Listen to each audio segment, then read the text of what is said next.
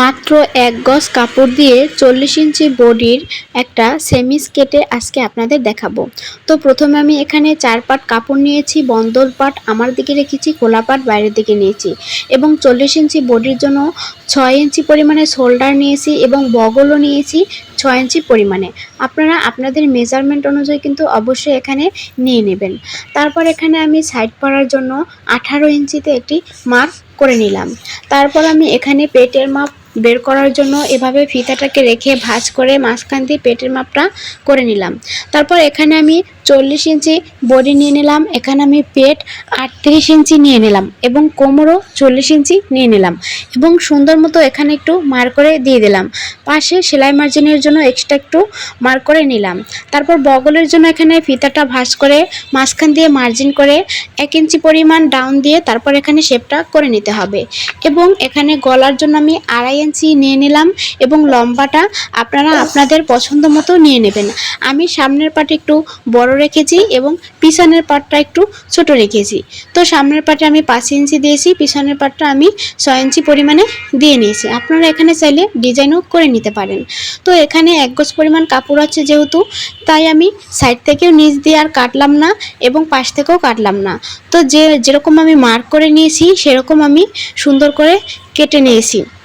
তো আপনারা কিন্তু অবশ্যই আপনাদের বডির মেজারমেন্ট অনুযায়ী মার্ক করে নেবেন এবং কেটে নেবেন। তো আমি গলাটাও সুন্দর করে কেটে নিলাম।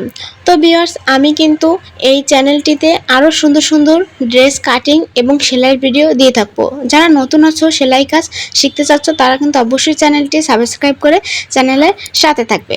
তো আমি এই যে সুন্দর করে কেটে নিলাম এবং এই যে মার্ক করা জায়গাগুলোতে একটু সুন্দর করে কাট করে চিহ্ন করে নিলাম। সেলাইয়ের সময় এইটা আপনার অনেক সুবিধা হবে। তো আমি সব জায়গায় কিন্তু ছোট ছোট করে একটু কাট করে নিলাম। আপনারাও এটা ট্রাই করবেন, তখন আপনি সেলাই করবেন তখন এটা অনুযায়ী আপনারা সেলাই করে নিতে পারবেন। তো এই যে অলরেডি কিন্তু আমার কাটা শেষ। আমি দুঃখিত, আজকে আমার ভিডিওটি একটু ক্যামেরায় সমস্যা হয়েছে, কিন্তু আমি আপনাদের চেষ্টা করব একদম সুন্দর মতো বুঝিয়ে দেওয়ার। তো পরবর্তী ভিডিওগুলো ইনশাল্লাহ ভালো করে নিয়ে আসব। তো এই যে প্রথম একটা গলা কাটা হয়েছে, তারপর আমি নিচের পাটটা সরিয়ে দিয়ে তারপর বাকি পাটটা আমি কেটে নিলাম। তো এই যে আমার কাটা শেষ এবং এই টুকরো দিয়ে আমি গলার জয়েন্টগুলো দিয়ে নেব। তো এখন আমরা সেলাই করতে চলে আসলাম। যে কোনো একটা পার্ট আমরা নিয়ে নিলাম। তো একটা পার্ট নিয়ে নেওয়ার পর টুকরো কাপড় দিয়ে জয়েন দেওয়ার, সেই কাপড়টা দিয়ে উল্টো পাট রেখে এবং কাপড়টা সোজা পাশে রেখে তারপর এখানে সুন্দর মতো জয়েন করে নিতে হবে। গলার যে কাপড়টা সেটাকে উল্টো করে রাখতে হবে এবং আপনার জামার কাপড়টাকে ভাও করে রাখতে হবে এবং এখানে সুন্দর মতো ঘুরিয়ে ঘুরিয়ে কিন্তু এই জয়েনটা দিয়ে নিতে হবে। তারপর এখানে একটা উল্টিয়ে চাপ সেলাই দিয়ে নিতে হবে। সুন্দর করে কিন্তু গলার কাজটা আস্তে আস্তে করে নিতে হবে যাতে তাড়াবাঁকা না হয়। তারপর উল্টিয়ে হাত দিয়ে বোটে সুন্দর মতো এভাবে বোটে একটা চাপ সেলাই দিয়ে নিতে হবে। তাহলে কিন্তু আপনার গলার সেলাইটা হয়ে গেছে। এটা জামার মতো না করলে হবে, এভাবে করলে হবে, যেহেতু এটা সেমিস। তো অল্প কাপড় দিয়ে কিন্তু এরকম খুব সহজেই কিন্তু ড্রেস বানানো যায়। ইনশাল্লাহ আমি আরও বিভিন্ন ধরনের ড্রেস কাটিং এবং সেলাই ভিডিও দিয়ে থাকবো। তো এই যে আমার গলাটা জয়েন করা হয়ে গেছে। তো এভাবে আমি দুটো পার্ট জয়েন করে নিয়ে নিলাম। তো দুটো পার্ট জয়েন করার পর প্রথমে একটি পার্ট সোজা পাটে রেখে পরবর্তী পার্টটি আমি উল্টো করে রেখে এবং শোল্ডার দুটি জয়েন করে নিতে হবে। তো এই যে অবশ্যই শোল্ডারের প্রথমে এবং শেষে ব্যাক স্টিক দিয়ে নিতে হবে এবং এখানে কিন্তু ডাবল সেলাই করে নিতে হবে। তো এই যে আমার শোল্ডার দুটো কিন্তু জয়েন করা হয়ে গেছে। ভিডিওটি ভালো লাগলে অবশ্যই কিন্তু একটি লাইক দেবা এবং কমেন্ট করে মতামত জানিয়ে দেবা। আর কোন ধরনের ভিডিও চাও সেটাও কিন্তু অবশ্যই কমেন্ট করবা। তো এই যে আমার শোল্ডার জয়েন করা হয়ে গেছে, এখন আমি বগলটা সেলাই করে নেব। তো বগলে আমি এক্সট্রা কোনো কাপড় লাগাবো না, যেভাবে আছে সেভাবেই শুধু দুইটা ফোল্ড করে এখানে একটু এই যে দুইটা ভাঁজ করে সুন্দর মতো লাগিয়ে দেব। তোমরা চাইলে এখানে এক্সট্রা কাপড়ও গলায় যেভাবে জয়েন করা হয়েছে সেভাবে জয়েন করে নিতে পারো অথবা বড় হাতাও করে নিতে পারো। তো পরবর্তীতে আমি লং হাতা দিয়ে সেমিস কাটিং করে দেখাবো। তো এই যে সুন্দর করে আমার বগলটা সেলাই করা হয়ে গেছে। যেহেতু এটা জামার ভিতরে থাকে তার কারণে বা এটা সেমিস, সেজন্য এখানে এক্সট্রা কাপড় না লাগালেও হয়, এভাবে ফোল্ড করে দিয়ে সেলাই করে নিলেও হয়, সুন্দর হয়। পরবর্তীতে একটু আয়রন করে নিলেই জাস্ট হয়ে যায়।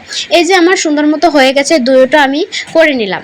তো দুইটা করে নেওয়ার পর এখন আমার দুই পাশ দিয়ে জয়েন করে নিতে হবে। তো কাপড়টাকে সুন্দর মতো সাজিয়ে নিয়ে যেন এলোমেলো না হয়, এখানে একটা পিন করে নিলাম, সাইড ফাড়া পর্যন্ত একটা পিন করে নিলাম এবং সেখানে চিহ্ন অনুযায়ী এখানে সুন্দর মতো করে জয়েন দিয়ে নিতে হবে।